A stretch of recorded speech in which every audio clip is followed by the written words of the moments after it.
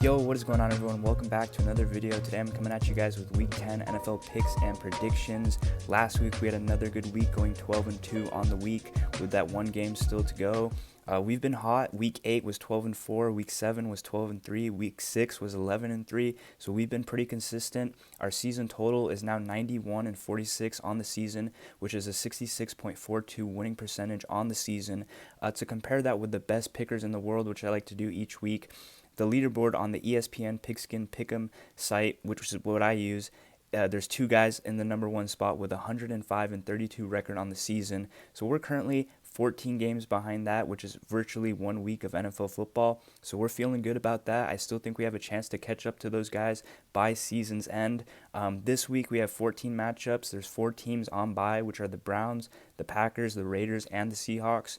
And just before we get into that this week, let's talk about last week. We had 2 games wrong, the Texans at the Jets and the Saints at the Panthers. The Panthers game was obviously an upset, one that we did not get. Only 11% of people had that. And then the Texans at the Jets. The Jets have been a tough team to pick all season long. We're 4-5 on the season picking them. So with that said, let's get started with this week's picks. As we usually do this season, we're going to start off with my upset picks, my potential upset picks. The first potential upset is the Bengals upsetting the Ravens. Now, I don't know if I can pick this one. I think I'm going to go with the Ravens in this one because, to me, the Ravens team is a true contender. This is a very good team. I think they're one of the best in the NFL. I just love this offense with the addition of Derrick Henry, obviously. But I do like the upset potential here. This is a Thursday night game. This is a divisional game. Obviously, we saw the Ravens lose to the Browns in a divisional game 2 weeks ago. And then you got the Bengals, who just beat the Raiders last week in a very good game. Burrow had 5 touchdowns, and to me, that's the type of game that could really change the season, could turn the season around. So I really like that. And then these two teams have played each other earlier in the season. The Ravens beat the Bengals 41-38 in overtime. That's the exact type of game that the Ravens have been playing this season. They play track meet games where they try to outscore teams. And, if Joe Burrow has a game like he did last week where he scored 5 touchdowns, I think that they could obviously win this game and upset. And then to top it off, it's hard to sweep teams. It's hard to sweep divisional opponents, good ones like the Bengals at that. So I think this is going to be a tough one for the Ravens.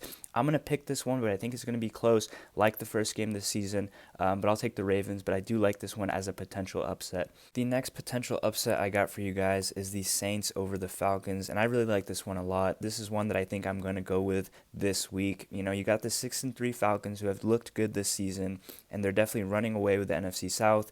And then you got the Saints, who are coming off a bad loss to the Panthers. They just fired their head coach, Dennis Allen, which I actually think is a good move, and I think that that's going to help them.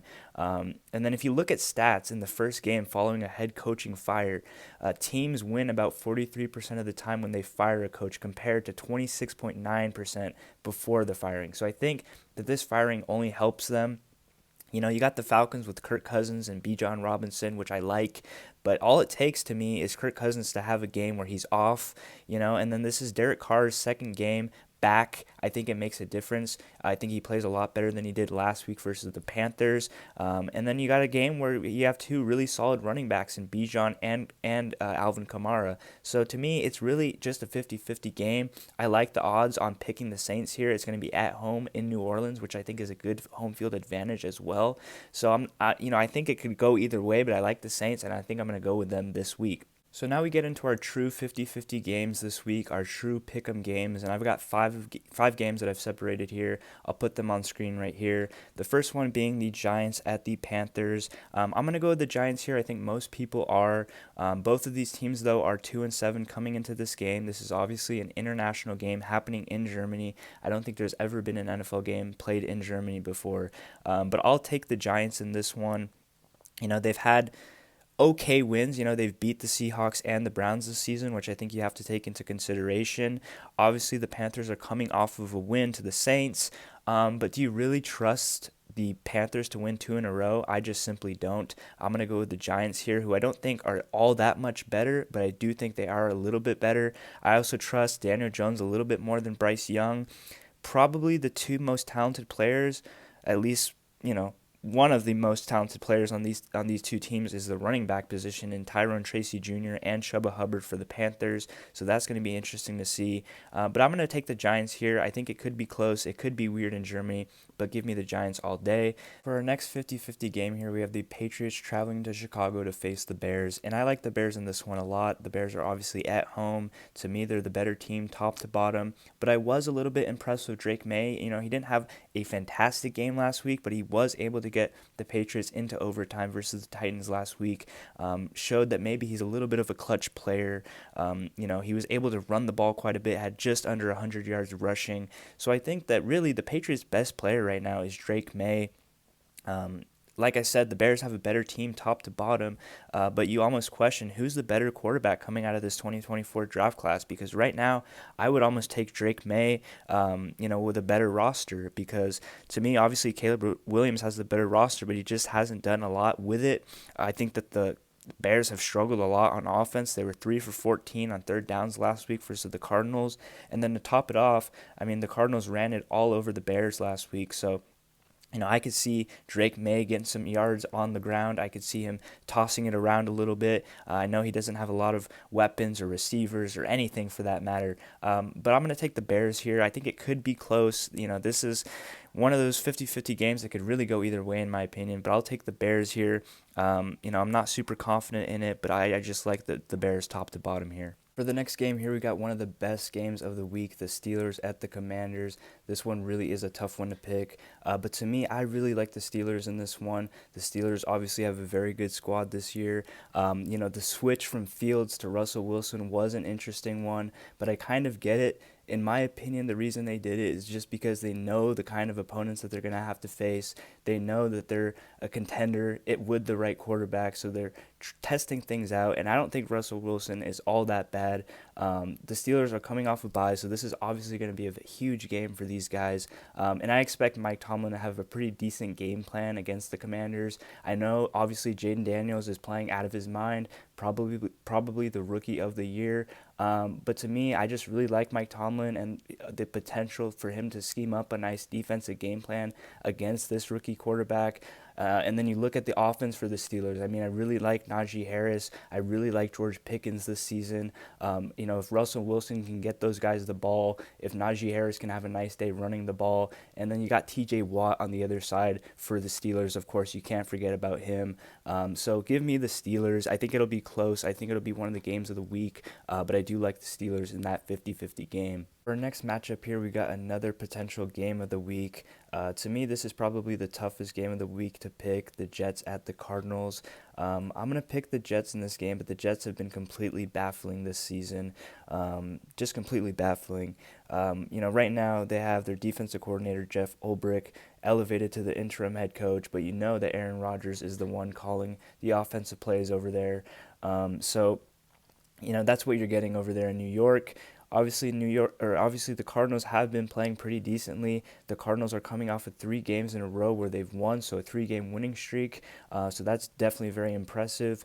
But I just have not really seen Kyler Murray throw the ball that much this season. Their running game has been really impressive. They have a really good running attack in Arizona, had a really good running game performance last week versus the Bears.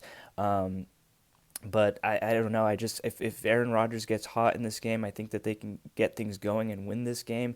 They're a really desperate team, and I think that they get the win here in a close one. But that one could really, truly go either way. And for the final 50-50 game here this week, we have the Dolphins at the Rams on Monday Night Football. The Rams are another team coming off of 3 wins in a row to the Raiders, the Vikings, and the Seahawks. And then you got the Dolphins, who are in must-win mode. They're at 2-6 on the season. This is going to be Tua's 3rd game back after being back for 2 games, but losing 2 games since the last head injury he's had. But I'm not going to overcomplicate this game. I just like Stafford more than Tua at this point in the season. Stafford looked pretty good last week, had that nice win in overtime, and I attribute a lot of that win to Stafford. And then I like McVay more than I like Mike McDaniels at the head coaching position. So for those reasons, I'm going to go with the Rams in that one, and I'm not going to overcomplicate it. And then just to mention some of the locks this week, I'm not going to go into a lot of detail into these games because they're pretty obvious picks. The locks that I really like the Bills, I really like the Chargers, and I really like the Eagles of those locks. The Bills to me they're probably a top three team in the NFL right now. Right there with the Lions and the Ravens and the Chiefs. They just look good in a lot of facets. This year they have a run game, which I think is really helping them out a lot. And then the Colts are just, a bottom five team probably. So I love that pick. And then the Chargers are a team that are super hot. That's my favorite team in the NFL.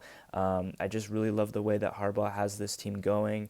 I expect DJ Chark to be back this week for them, which would be a big addition at the wide receiver position. Obviously, the defense has been playing out of their minds. Herbert has been playing out of his mind. So I really love the Chargers in that pick. And then the Eagles, too, just because the Cowboys, I think they're completely done. I just think that whole organization is chaotic, and I like the Eagles, and I like the way that they're going at this point in the season. Saquon Barkley was obviously a great addition, so I think that's a pretty secure lock as well. So those are my picks. You can find the rest of my picks down in the description box below. Thank you guys so much for watching, and I'll see you guys next week. Later.